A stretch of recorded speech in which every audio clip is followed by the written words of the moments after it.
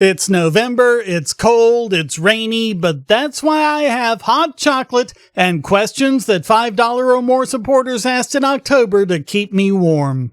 If you'd like to participate by asking a question this month for me to answer at the start of December, links are below.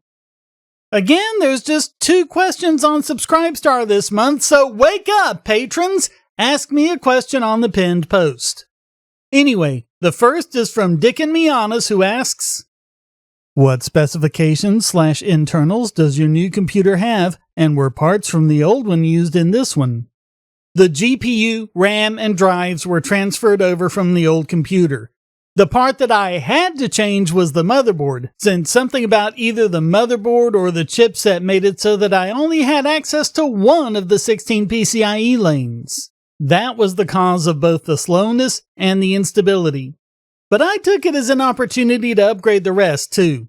If I'm going to spend the money, might as well spend an extra couple $100 and get something good that will last. So this system is a 3.9 GHz 12-core AMD Ryzen 5. My other choice was a Ryzen 7, but it only had 4 cores, and so I didn't feel it was worth the extra $90 since the speed wouldn't have been all that much better. Also, a newer case with much quieter fans and water cooling. Seriously, I ran every benchmark I could and couldn't even get the processor fan to turn on. I know it works, but I ran the processor flat out for 20 minutes, 100% on all cores, and the temperature never got up above 37 degrees. It's interesting, in my last setup, the water cooling went to the rear fan, so it was cooled with air that had already been warmed going through the rest of the system to cool it. In this one, the liquid cooling goes to the front fans to be cooled directly from air from the outside. That means that the air cooling the rest of the components is a little bit warmer than it otherwise would have been. But when I feel the air coming out the back, it's only marginally warmer. But everything's running great. Even Photoshop manages to save a small ping file in under 10 seconds. Seriously, why does Photoshop take so friggin' long when nothing else does? Also, always good to get a new power supply. There wasn't anything wrong with my old one, but I've been running it almost constantly for several years, so it was just a matter of time. Anyway, everything is up and running fabulously, with some additional upgrade paths if I want, like faster RAM or a second video card. I'm very happy with it. And FunwithFacts asks, is the resource curse a real thing? Okay, let's talk about this.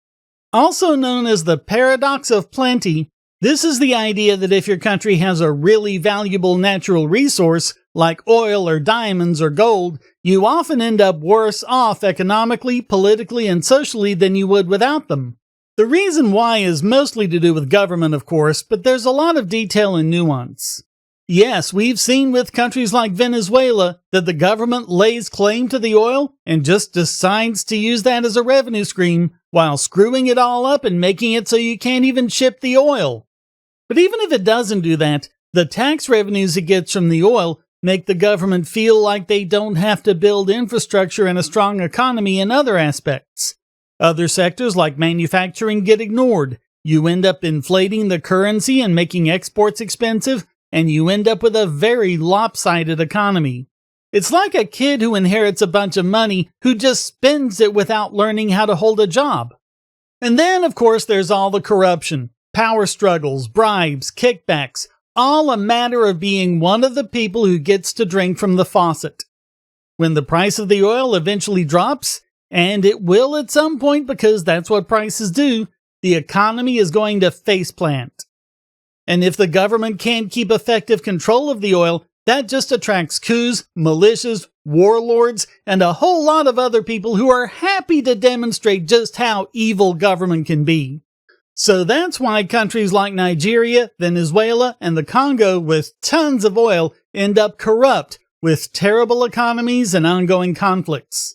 Whereas countries without a lot of natural wealth like Japan or South Korea diversify their manufacturing and build strong infrastructure and institutions because they have to. But this isn't an inevitability. Norway and Canada have a lot of oil, But Norway has good trading partners, and Canada already had a fully functioning economy before their oil money got big. Private companies also help a lot since you have open transparency in the market. It's not perfect, but you don't have money disappearing to mystery yachts in Dubai. Diversity in both the economy and in political power through a federated system makes it a lot harder for one central authority, be it a government or a company, to sit on the wealth and control and hoard it. Because if they did, they'd end up losing money while their competitors kept raking it in. But we can still see this to a smaller degree, like if we focus on Alberta. Their economy yo-yos with oil prices, but the politicians don't learn. They treat the boom years like they'll last forever, other sectors get neglected, and then when the bust happens and the rest of the economy can't make up for it, the politicians just look around for someone else to blame. With private sector oil, like the US sorta, Canada-ish, and parts of Brazil, you have more transparency and accountability. Competition drives efficiency and discourages corruption, and institutions in the rest of the economy develop more strongly. Whereas with state-controlled oil like with Saudi Aramco, Venezuela PDVSA, Mexico PEMEX, or Nigeria NNPC, it's all run by unaccountable politicians and bureaucrats. In theory, the profits go back to the people in the form of healthcare, schools, and infrastructure. In reality, no one knows where the money goes, but it doesn't seem to be going to any of those things. And while it might sound good to say that people don't need to pay taxes because we've got oil revenues, in reality, that just makes it so politicians feel they don't have to explain themselves to the people. Hey, you aren't paying for it, so what do you care? State-controlled oil lets governments rule without actually governing. With private oil, governments are forced to at least do a degree of proper governance. So now the part I know you're all asking about. What about in an Ancap society? When we talk about these societies, we're usually talking about hardware stores and cities where people have businesses that trade with each other, and a good and diverse economy made strong by the decentralized infrastructure that organically forms. But what happens when you take such a system and drop in a massive resource like oil? Here, we have a resource that's concentrated in one single area, immensely valuable, easy to extract, and, as history proves, worth killing for. So when a man named Jed goes shooting at some food, and up through the ground come a bubbling crude, oil that is, Texas tea, then he owns the property that is now the most valuable of any around him. Now he's got value, but he's also got expenses, not the least of which is security. Voluntarism is very strong on property rights and contracts, so how well this works out depends on how strong the dispute resolution system is. When someone flies 200 choppers over your oil field and says, "This is mine now," you're gonna need something more than a blockchain contract. It would be very difficult for them to take over a city because everyone has guns and you're fighting people one-on-one. But this? Whole other dynamic. If you lose, they've taken over your oil and can now use that to take over the area. And now you have a government again. One way around that might be with the old company towns mining areas used to have. With everyone who works the oil fields living in that area, you also open it up to other businesses to form and trade with them. That way, you have the same security structure as the city I mentioned earlier.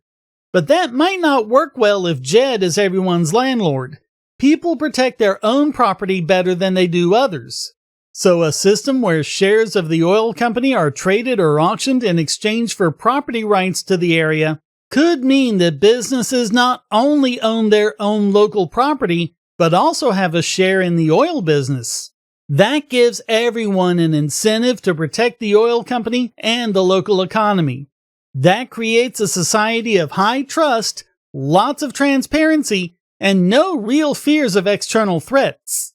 If you do it wrong, that kind of concentration of value can have a state start back up in no time, Not because people want government, but because that sort of coordination over local valuable resources is literally how states evolved to begin with.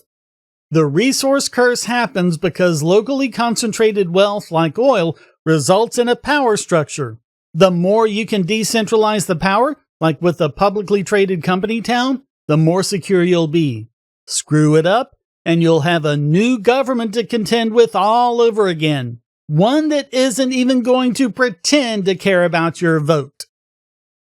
Well, that's it for another month, so thank you so very much for watching. Comments for the comment god, shares for the share throne. Please hit like, subscribe, and the bell, and check out other videos on my channel and like and share them as well.